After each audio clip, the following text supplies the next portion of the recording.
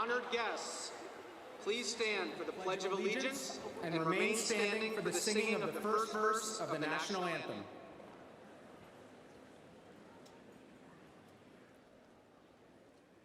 I pledge allegiance to the flag of the United States of America and to the republic for which it stands, one nation, under God, indivisible, with liberty and justice for all.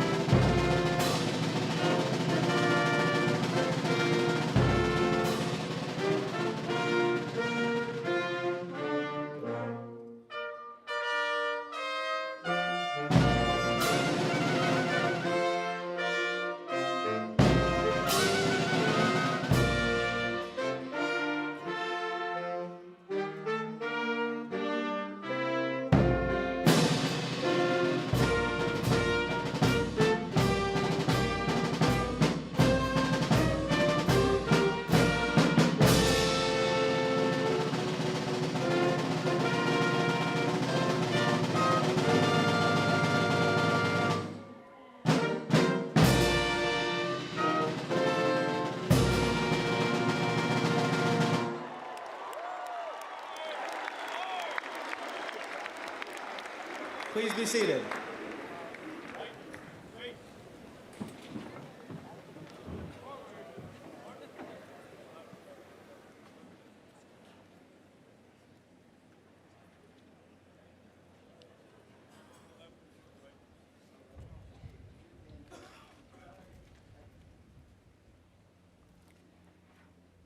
The President of the University.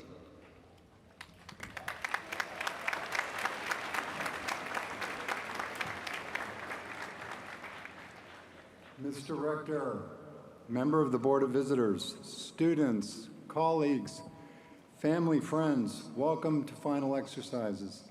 Let me just say, you guys look amazing. This is awesome. Woo!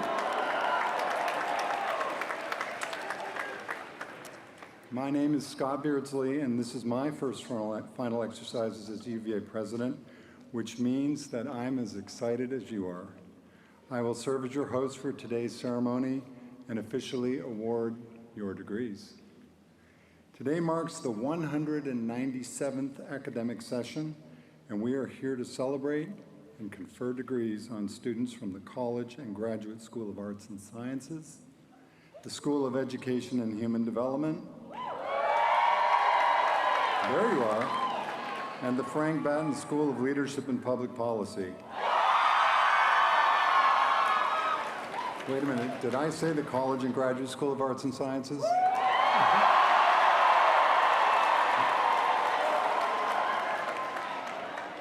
Tomorrow we will do the same for students from UVA's 9 other schools. Yeah. They'll try and out-cheer you too. Our oldest graduate this weekend is 73 years old.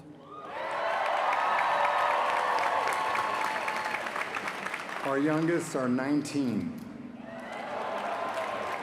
Pretty good. Some of you are the first in your families to graduate from college. Some are veterans earning degrees after years of service. And some came from around the world, and some came from right here in the Commonwealth of Virginia. All of you have unique and powerful stories. And this weekend is the culmination of years of hard work and sacrifice, not only by you graduates, but by their families, the faculty, and staff members who support them, and all who care about their success. You have earned this moment of celebration, which is why I'd also like to ask our graduates to please stand, turn toward the audience, and give a huge round of applause to anybody who helped you on this journey.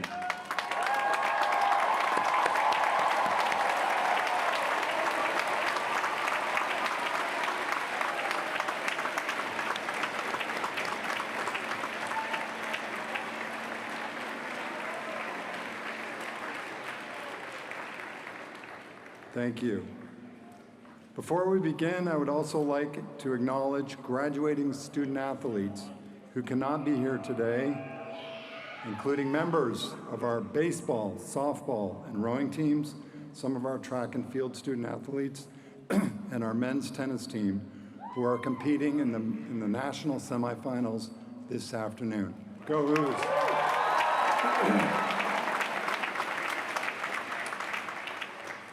I would also like to remember Ryan McCauley, who passed away in January, and will be receiving a posthumous degree today from the College of Arts and Sciences.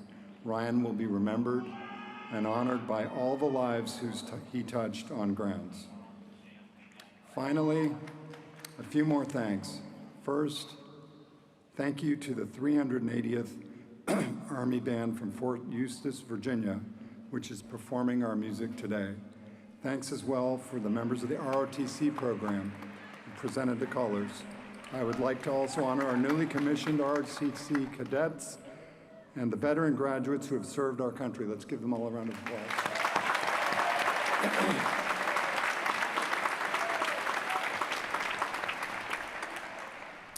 Thank you to the nearly 200 students, alumni, parents, and friends of the university who are volunteering this weekend at information tents and helping to collect balloons. I think there's just a few of them there for the UVA Health Children's Hospital. Thank you to all of them. And a huge thanks to our professional staff who work hard all year long, with a special shout out to those who have worked to make our grounds so beautiful this weekend and to make this day as special as possible.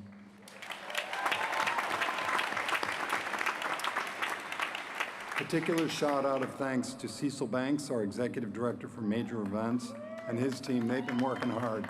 Cecil, great job. I'd also like to thank our excellent, amazing faculty who have given so much to the class of 2026 and to all of our students. Please join me in a round of applause for our faculty and staff that are so incredible.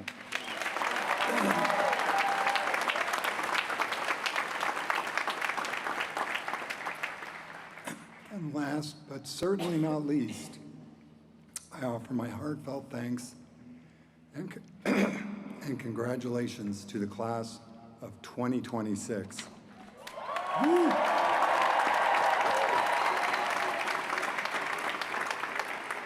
I really do hope that your time at UVA has been exciting and fulfilling.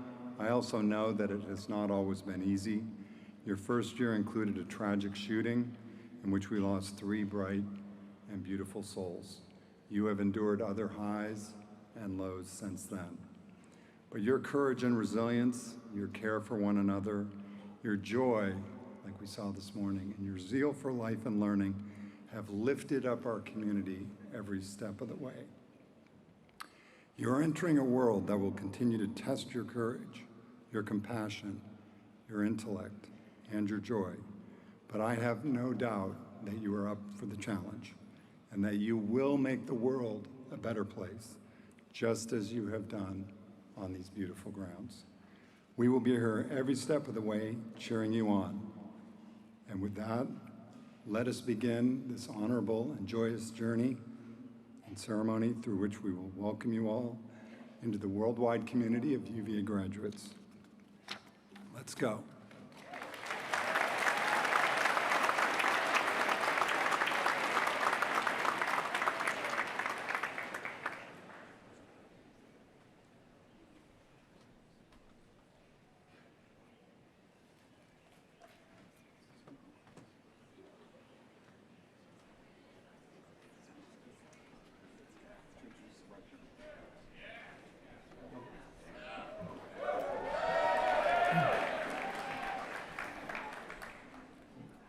Please welcome our keynote speaker, Kenyon R. Bonner.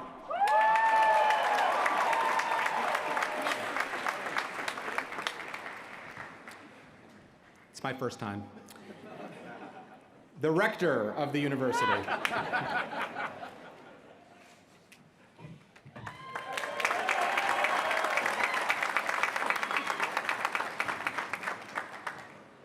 Don't worry, Michael, it's my first time as well. Good morning, UVA. My name is Carlos Brown, and I have the honor of serving as the Rector of the Board of Visitors of the University of Virginia. President Beardsley, fellow visitors, distinguished faculty, devoted alumni, and exhausted but joyful families, and most importantly, the University of Virginia class of 2026. It's an honor and a humbling responsibility to serve you in the university in this role as rector. This May marks 30 years since I walked the lawn and took my first degree from this university. I can distinctly remember the pride I felt that day to have experienced the honor of honors. But more than pride, I felt a deep gratitude for what UVA had given me. UVA exposed a kid from a rural farming community with a single mother to a world of possibilities. It gave me role models and inspiration. It reminded me that all great things and institutions began with an idea. Our university began with a few simple, powerful ideas. One, that this institution is based on the illimitable freedom of the human mind. Two, that we follow truth wherever it leads. And third, that we have a duty to create and educated citizen leaders. Jefferson knew that the only safe depository of power is in the hands of the people. But for it to be safe, we must first inform their discretion by education. That is what UVA's mission is all about. I take this moment of personal privilege to remind us of these cornerstones of our institution. While our beloved grounds have seen much change and tumult during your time here, our mission remains inviolate. Your commencement today confirms the fact that our community is resilient. We are strong, and we still are committed to that mission. Before I go further, I have to make a confession. I am not here today just in my role as rector. I am also standing here in the role of a very proud father.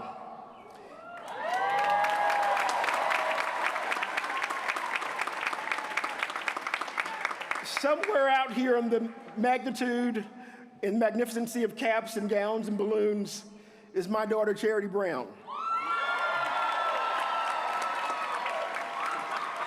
Charity, I promised I wouldn't embarrass you too much today, but I'm absolutely bursting with pride.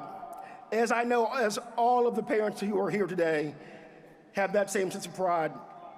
Let's give ourselves a round of applause for getting them across the finish line.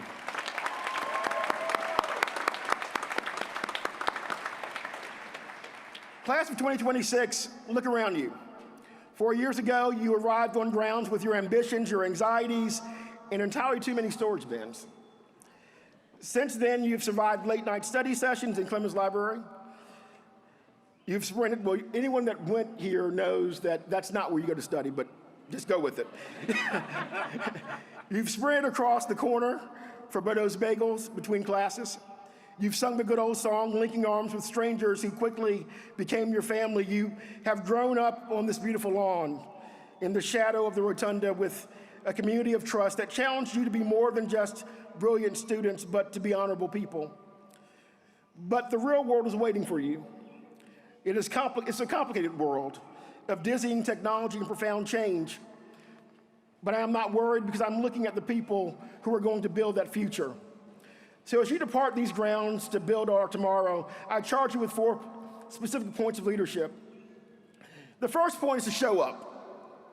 To truly embrace life, you have to be present. You cannot influence your community or your profession from the sidelines.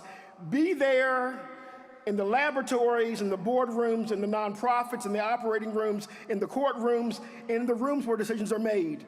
We prepared you for that. Second, speak up. Wherever you are in life, don't just take up space. Contribute your ideas to make it better.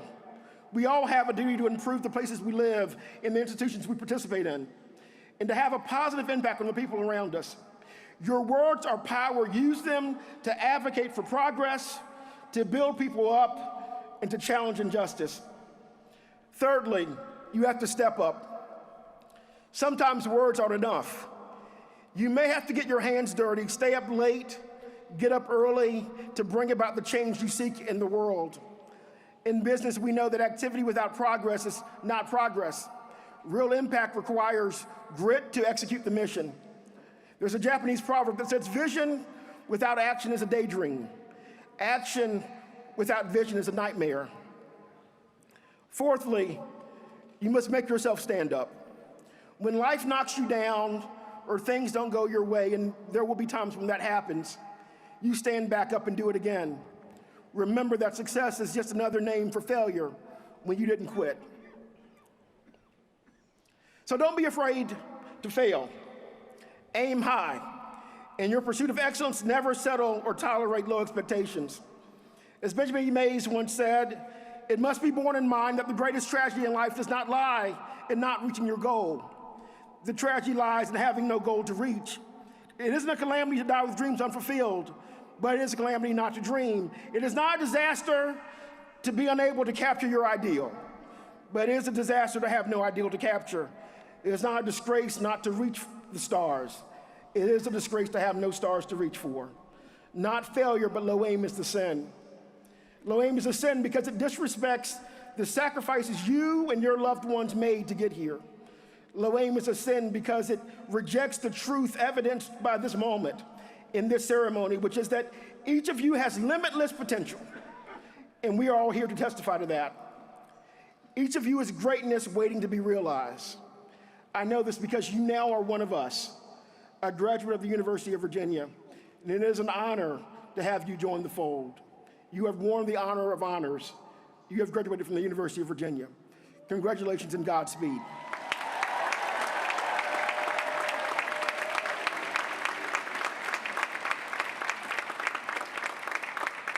I now have the distinct pleasure of introducing your commencement speaker.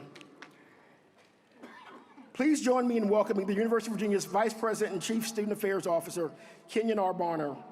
Kenyon came to the UVA in January 2024, bringing with him 2 decades of experience at the University of Pittsburgh, where he rose from Associate Director of Residence Life to Vice Provost and Dean of Students, building a deep and comprehensive understanding of what students need to succeed.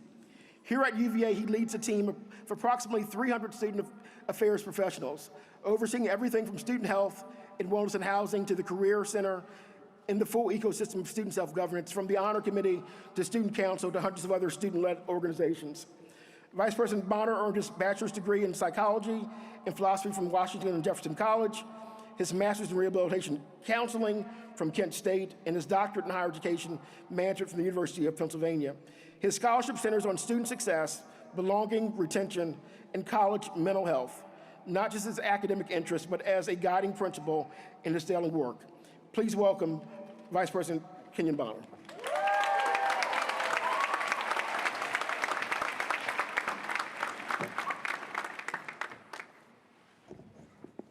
Thank you, Mr. Rector, esteemed members of the Board of Visitors and Platform Party, Mr. President, faculty and staff, dear friends and families of the graduates, and you, members of the class of 2026. What's up? So when I was in middle school, I would introduce myself and carefully spell my last name, B-O-N-N-E-R.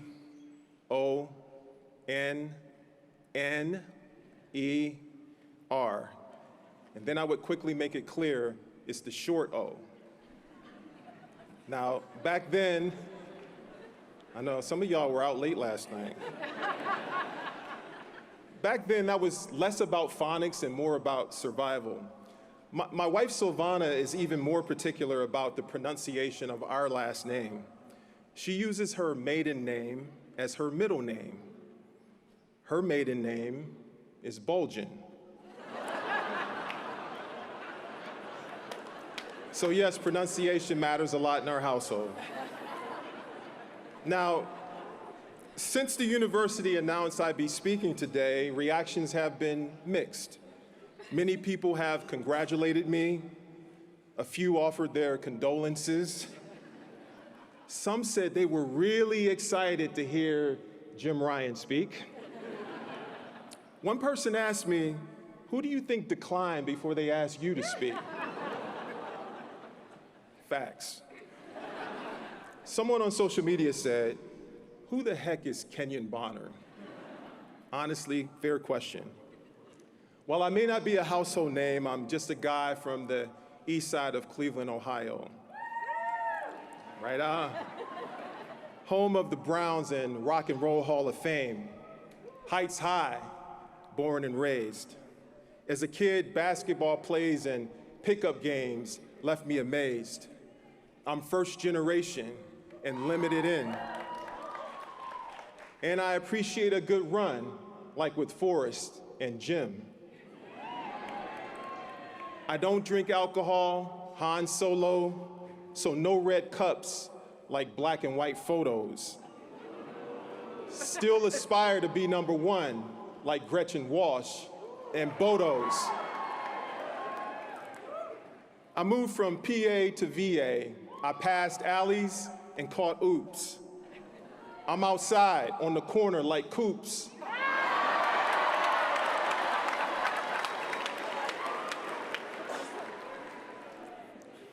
And drop bars like Coach Bennett did hoops. Principled, he's a man of conviction with the courage to begin new stints. See, I came to UVA 2 years ago after 20 years in deep sentiments. However, today, I'm here to talk to you about blueprints.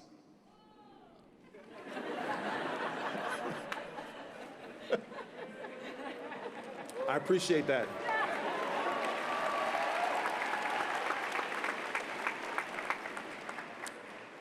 Blueprints. Thomas Jefferson had blueprints, not only of buildings, but of ideas, of ideals, many flawed, some enduring. A blueprint for a nation, a declaration of independence and moral imperative on human rights. A nation that dared to assert the proposition that all men are created equal. The blueprint of a public university based on the illimitable freedom of the human mind. Today, we stand on these hallowed grounds of the academical village, another of Jefferson's blueprints, where generations of students have lived within an imperfect yet evolving system of self-governance and honor. And yet, these grounds tell a fuller story. We sit today betwixt pavilions of living and learning, constructed on the ancestral homeland of the Monacan people, each red brick, serpentine wall, colonnade, and portico, laid by the hands of free and enslaved laborers. The memorial to enslaved laborers. A maelstrom of emotions to the east of the Rotunda, one of higher education's iconic symbols. Graduates, you symbolize the possibilities of Jefferson's blueprint, even if he did not envision you as a probability. However, I believe there is such a thing as a divine blueprint beyond any one mind, one that exceeds the limits that Jefferson himself could not overcome. For all his brilliance, his unfounded and ethically corrosive claims about human capacity reflected his ignorance and his hubris. History teaches us that ignorance precedes injustice, or as Nasir Jones puts it, people fear what they don't understand, hate what they can't conquer. Guess it's just a theory of man. However, in all of Jefferson's contradictions and complexity, his blueprint for an educated democracy was compelling, transcendent, and transformational. And here you are, the children of generations of your families. You are destiny manifested.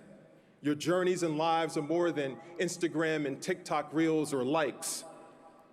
Your lives are significant. They carry weight, substantive and substantial. Whether you're born and raised in the Commonwealth of Virginia, an international or domestic student, you have risen, albeit on the shoulders of others, like a phoenix from the flames of the trials and tribulations of life, and earned your way here to this momentous occasion. Your commonality today, at least as it relates to the University of Virginia, is that you are the inevitability of someone else's blueprint. Graduates, my question for you is simple. What is your blueprint?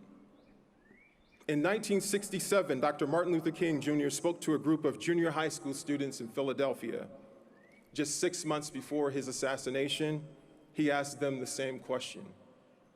For Dr. King, a brilliant, complex, and complicated man, one's blueprint included 3 essential elements. First, a deep belief in your own dignity, worth, and what he called somebodyness. To King, somebodyness is a strong conviction that you matter, that you have worth, and that your life has significance. Second, an unwavering commitment to the eternal principles of beauty, justice, and love. And third, King said within your blueprint, you should possess a determination to achieve excellence in your endeavors by setting your mind, body, and soul to pursue them with full conviction. His audience, teenagers, transitioning into a new phase of their young lives, about to meet new people, acclimate to new environments, all the while reconciling who they believe they are and who they aspire to become. If this feels familiar, stay with me. Now, if you're drafting a blueprint for your life, I believe you need to include 3 elements: resilience, a sense of duty, and hope. Why resilience? A blueprint must be durable and at the same time flexible. It can be built over time, not as invulnerability, but as capacity. Resilience is not the absence of fear or the avoidance of pain. It is the ability to move through them. Your perseverance through failure, loss, and doubt, including your own, will determine whether you endure. The world beyond these grounds can be unforgiving, as many of you already know. Some of you will enter new spaces where you may feel like you don't belong. Some of you will be told you don't belong. When I began college, I struggled with what we now call imposter syndrome. At the time, I didn't believe that I was so-called college material. And for too long, no one on my campus told me otherwise. Now, many of you have moved beyond feeling like an imposter at UVA, but the imposter with his cunning and convincing voice may return when you start a new job, enter graduate or professional school, or move into new communities. Let me be clear with my advice. Do not give that voice oxygen. Do not give it time. Do not give it space. Wherever you choose to be, let no one convince you, not even yourself, that you do not belong.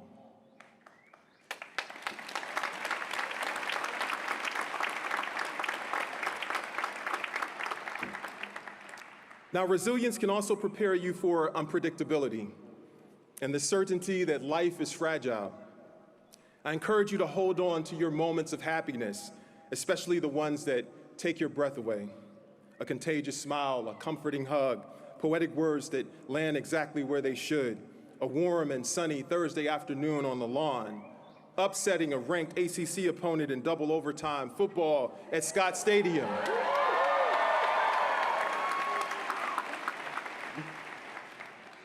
Today, cherish the unbridled elation and ethereal sense of being overwhelmed by immense emotion, joy. These moments are precious. Pursue them with unrelenting determination.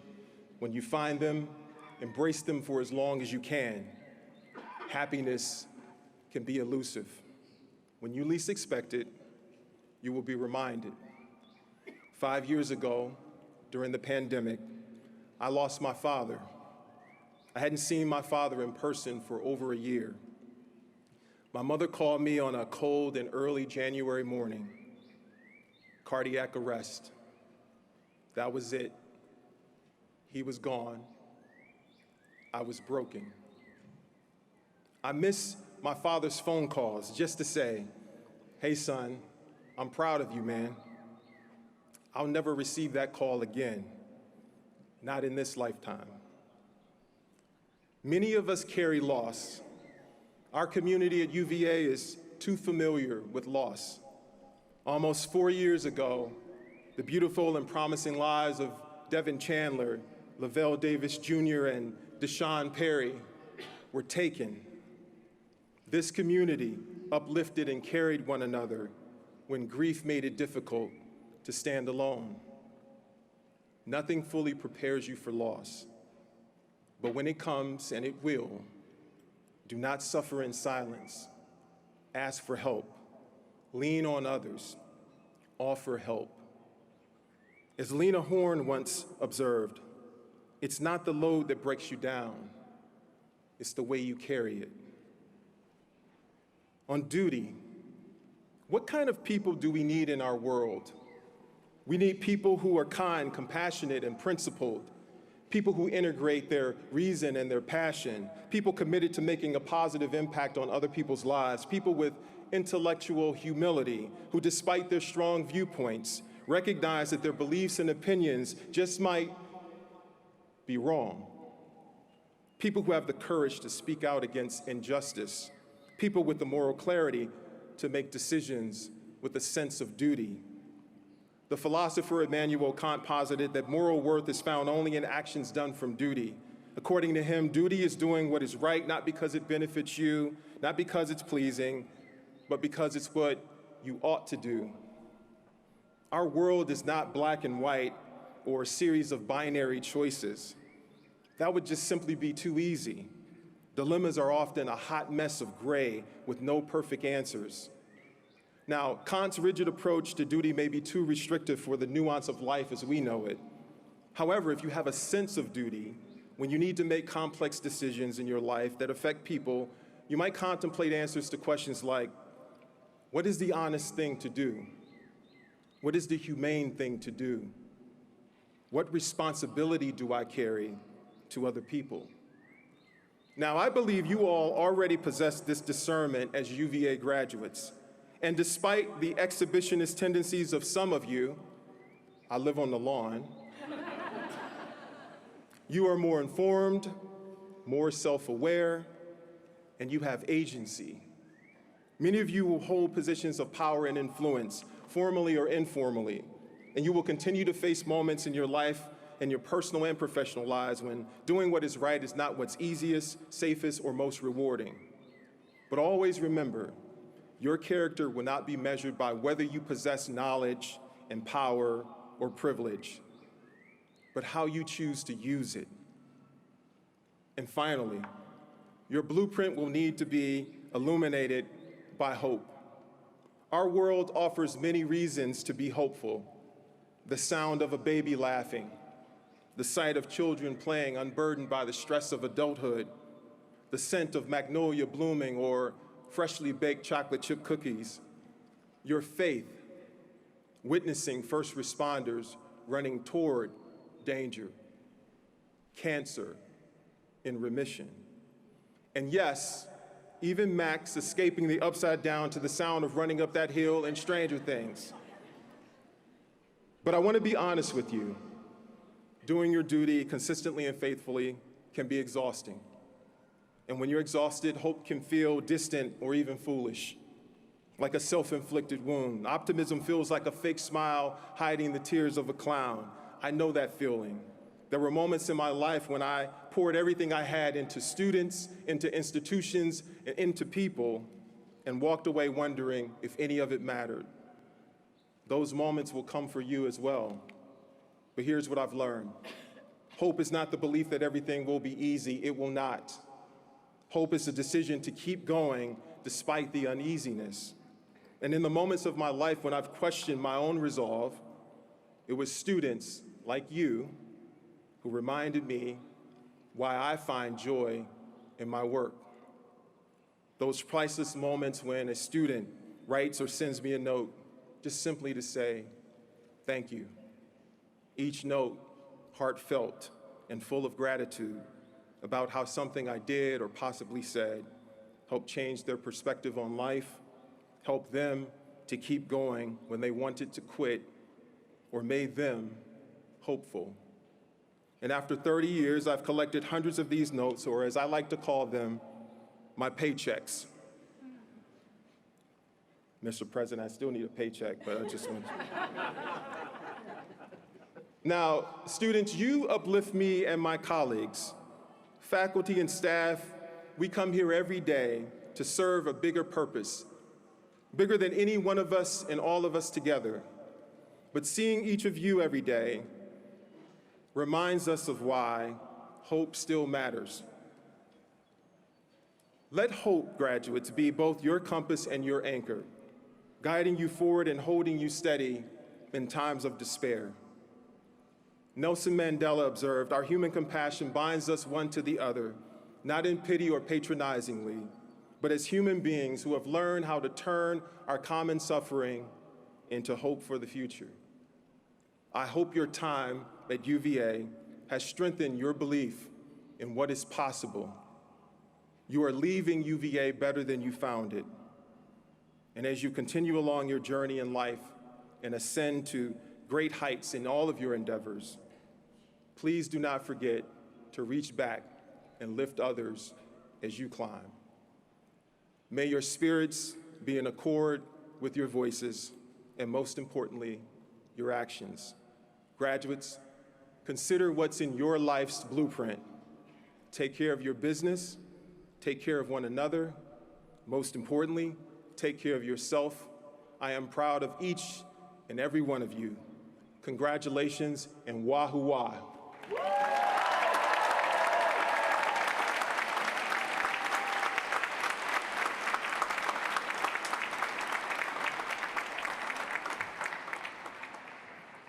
The President of the University.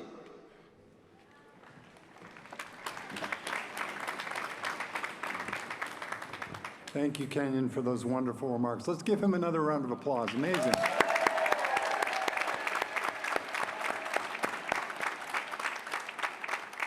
You'll definitely get a paycheck. Today's graduating students have chosen to study the arts and sciences, education, and human development, and public policy. In doing so, they have reaffirmed their commitment to discovering truth, inspiring the next generation, and leading with conviction and compassion. They leave here prepared to be citizen leaders in a world that needs their leadership. Some of today's graduating students have earned further distinction by completing their degrees early. 209 students from the College of Arts and Sciences, Baton, and the School of Education and Human Development earned their baccalaureate degrees in 3 years or less.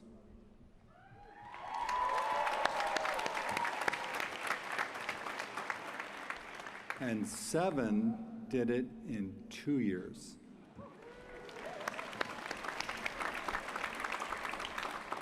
That's pretty amazing. In recognition of their effort and as a symbol of their achievement, these students are wearing orange stoles today. So if you see the orange stole, congratulate them. Will those of you who are graduating early please stand so we can see you and give you a well-deserved round of applause.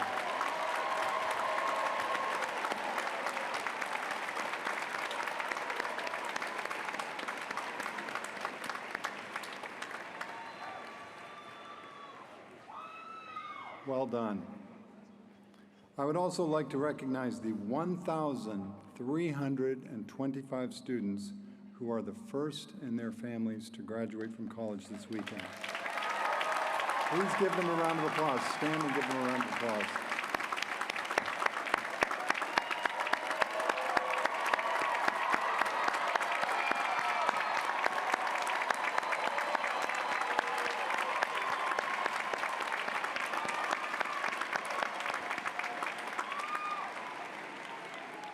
That's awesome.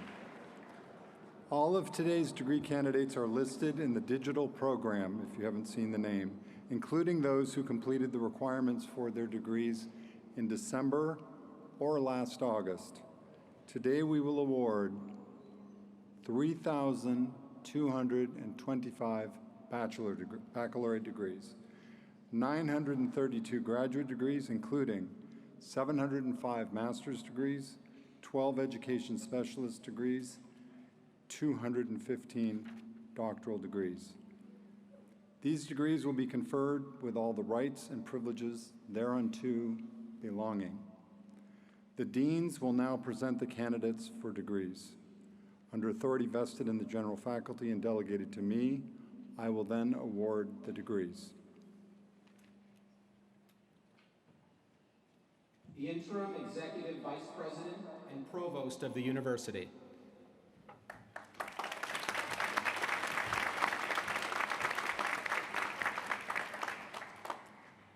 The Dean of the College and Graduate School of Arts and Sciences.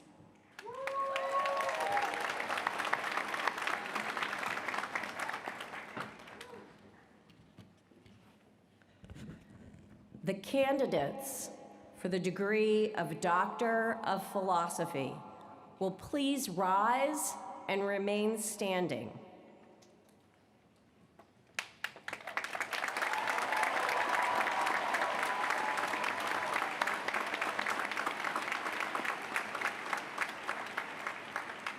Mr. President, I have the honor to present these candidates who have fulfilled the requirements for Doctor of Philosophy.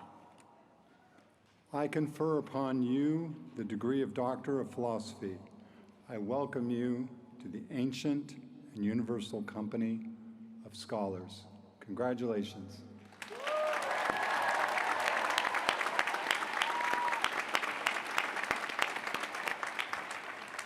The Doctors of Philosophy will please be seated.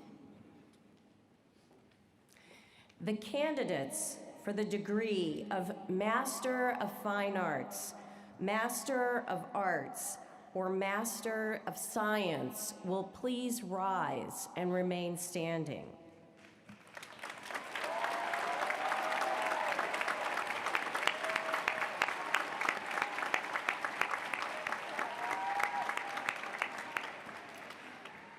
Mr. President, I have the honor to present these candidates who have fulfilled the requirements for the degree of Master of Fine Arts, Master of Arts, and Master of Science.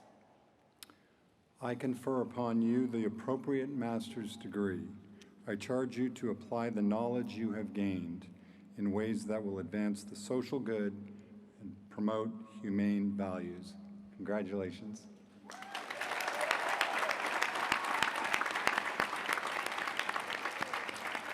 The Masters of Fine Arts, Masters of Arts, and Masters of Science will please be seated. The candidates for the degree of Bachelor of Arts or Bachelor of Science in the College of Arts and Sciences will please rise and remain standing.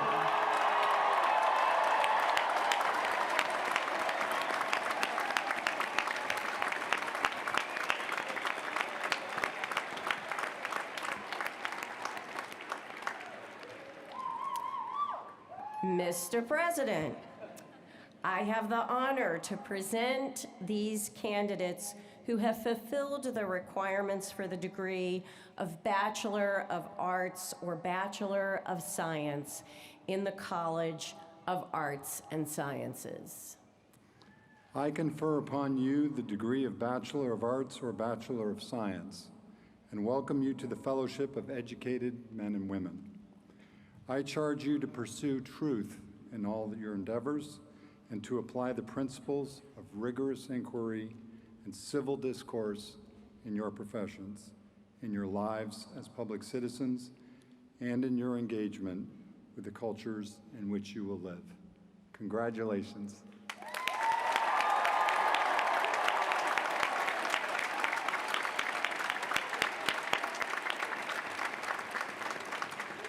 the Bachelors of Arts and Bachelors of Sciences will please be seated.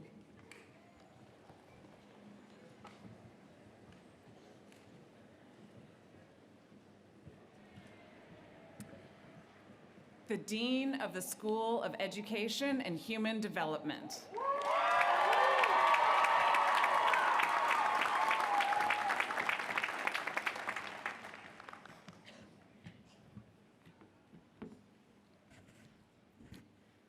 The candidates for the degree of Doctor of Philosophy in Education, Doctor of Education, or Education Specialist will please rise and remain standing.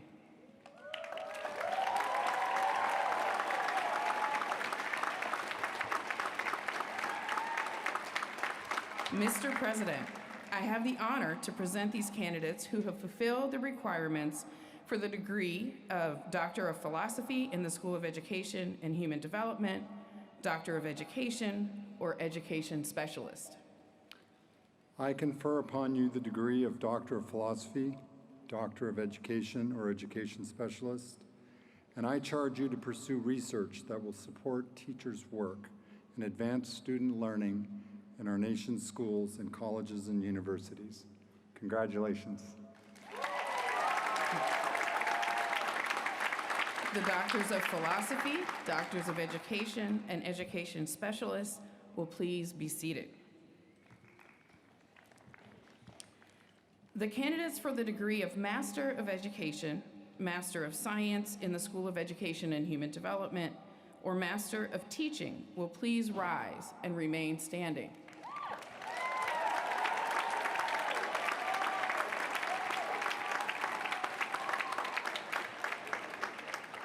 Mr. President, I have the honor to present these candidates who have fulfilled the requirements for the degree of Master of Education, Master of Science, or Master of Teaching. I confer upon you the appropriate master's degree and charge you to be creative in stimulating learning and in conveying to your students the responsibilities that belong to educated students in a free nation. Congratulations.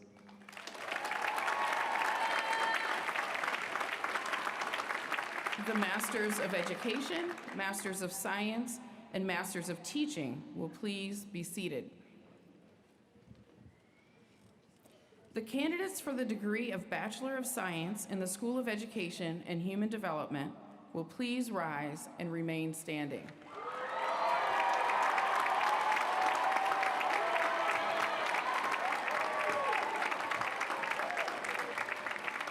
Mr. President, I have the honor to present these candidates who have fulfilled the requirements for the degree of Bachelor of Science in the School of Education and Human Development.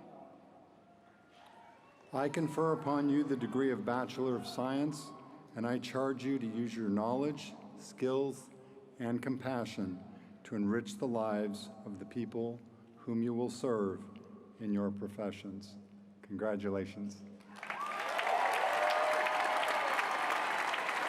The Bachelors of Science will please be seated.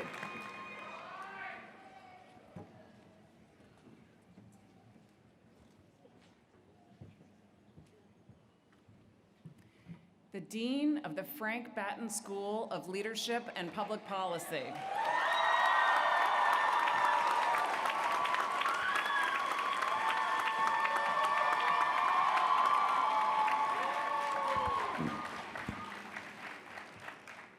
The candidates for the degree of Master of Public Policy will please rise and remain standing.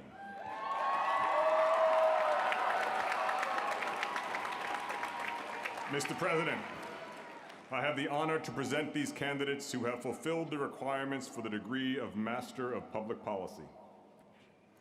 I confer upon you the degree of Master of Public Policy and charge you to use your new knowledge and skills to provide strong leadership in the careers and communities you enter, and to craft wise, morally sound, and well-informed roadmaps for our republic and the greater global community. Congratulations.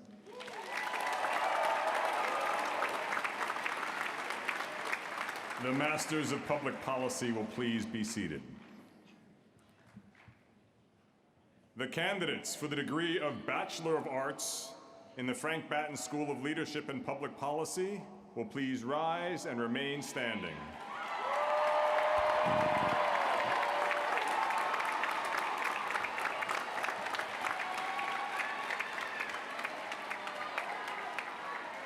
Mr. President, I have the honor to present these candidates who have fulfilled the requirements for the degree of Bachelor of Arts in the Frank Batten School of Leadership and Public Policy. I confer upon you the degree of Bachelor of Arts and encourage you to use what you have learned here to serve our nation and the world through your work in government, education, nonprofit, and private sectors. Congratulations.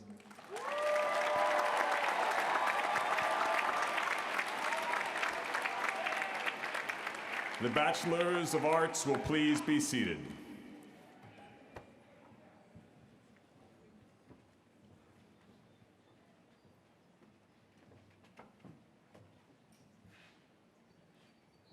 The Chair of the University of Virginia Alumni Association Board of Managers.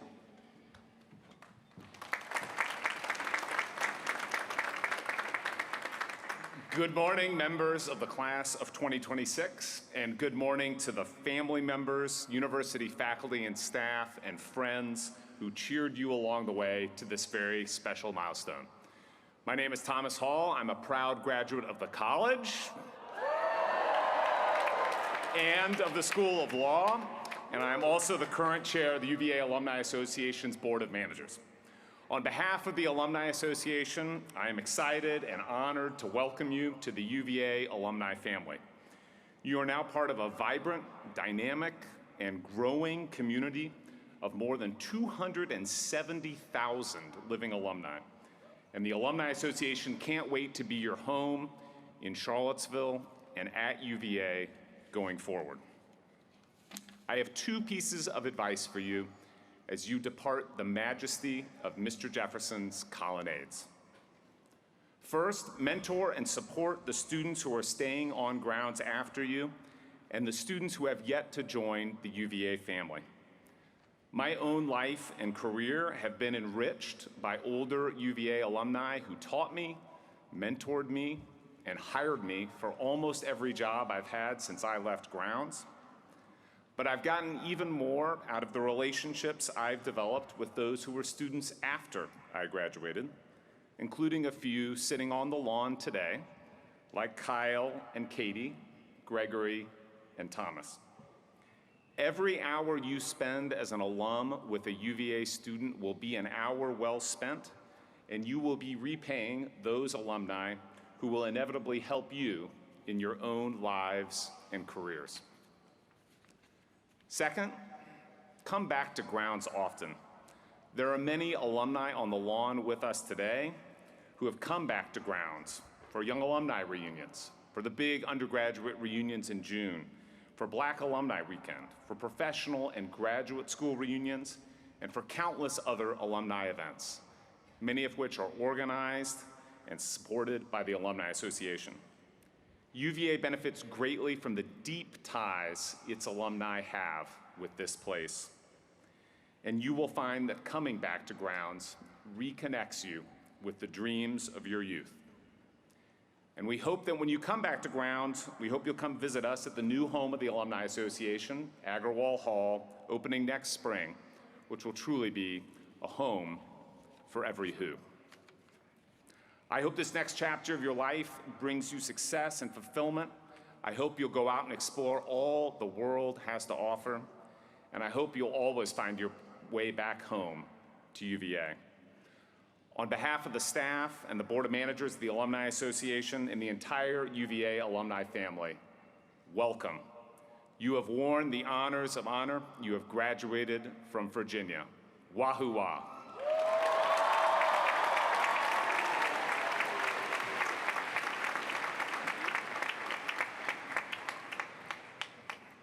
The President of the University. Thank you, Thomas, for your remarks. We have the best alumni community in the world. a community that you are joining now.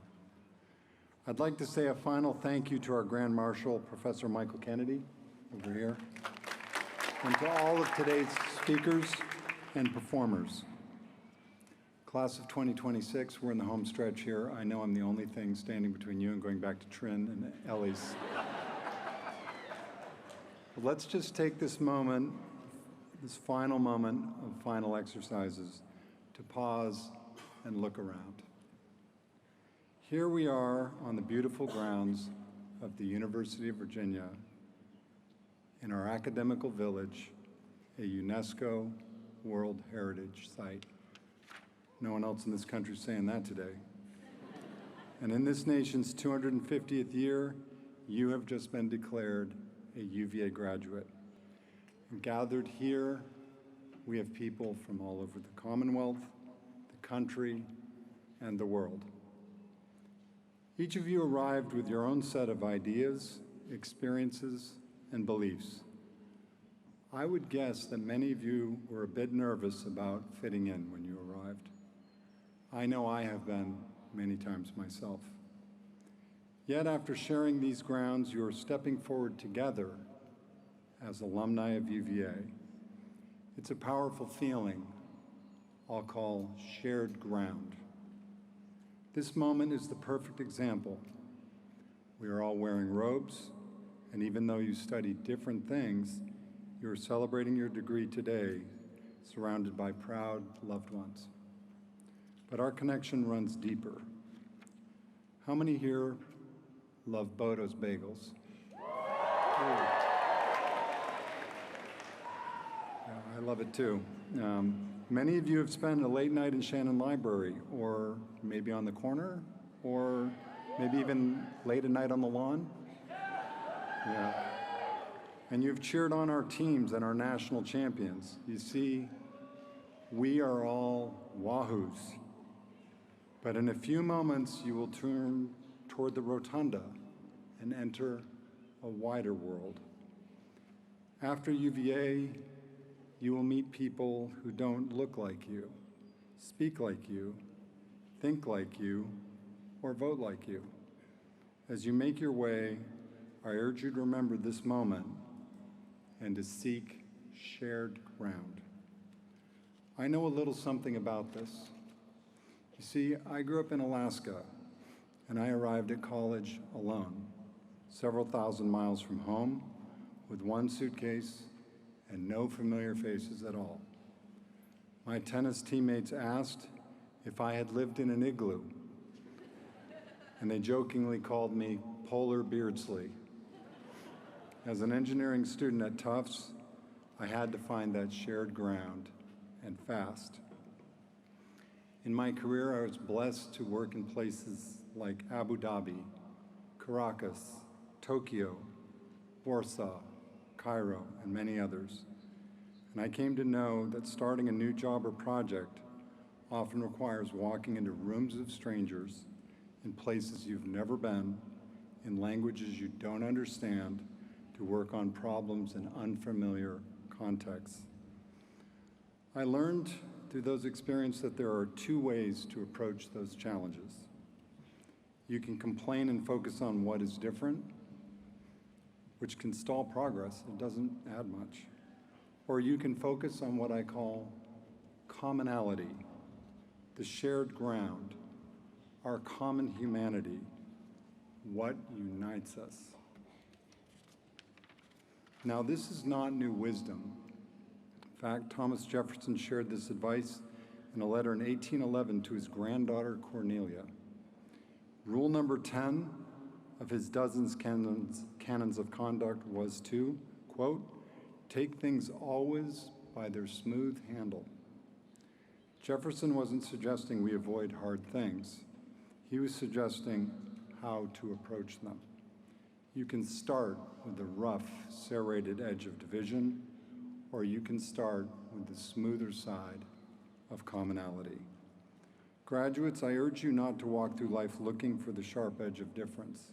Consider that we all paradoxically share in common that we are each unique. Science tells us that human DNA is 99.9% identical.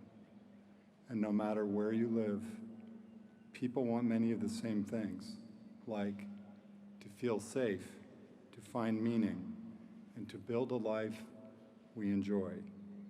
Safety, meaning, and a good life. We actually have many things in common. We want shared ground. If I could give you a parting gift today, it would be the ability and desire to seek and experience commonality. Commonality will make you happier and help you build relationships. It will make you adaptable and diplomatic, and it will help you to be successful. In a moment, as you turn toward that beautiful rotunda that I can see and you can, to build your career, your family, and our world, be the person who builds shared ground. Class of 2026, these grounds are yours forever. Congratulations, and as we say in French, à bientôt j'espère. We hope to see you again soon. Congratulations.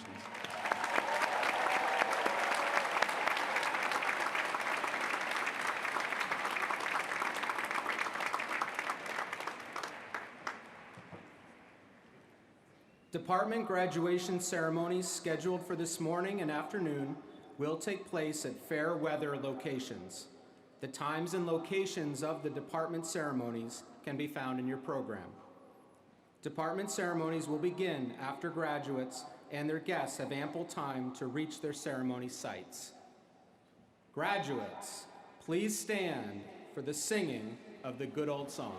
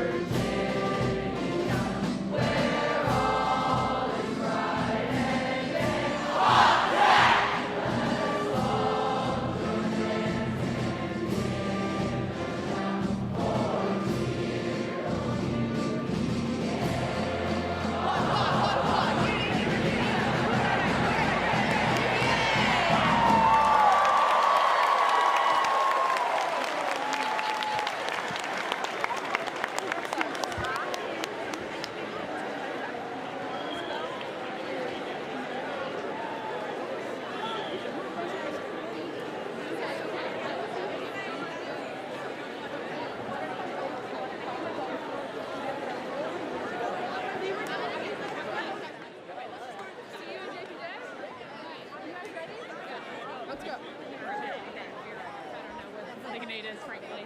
But yeah, I gotta see how the 16-year-olds do.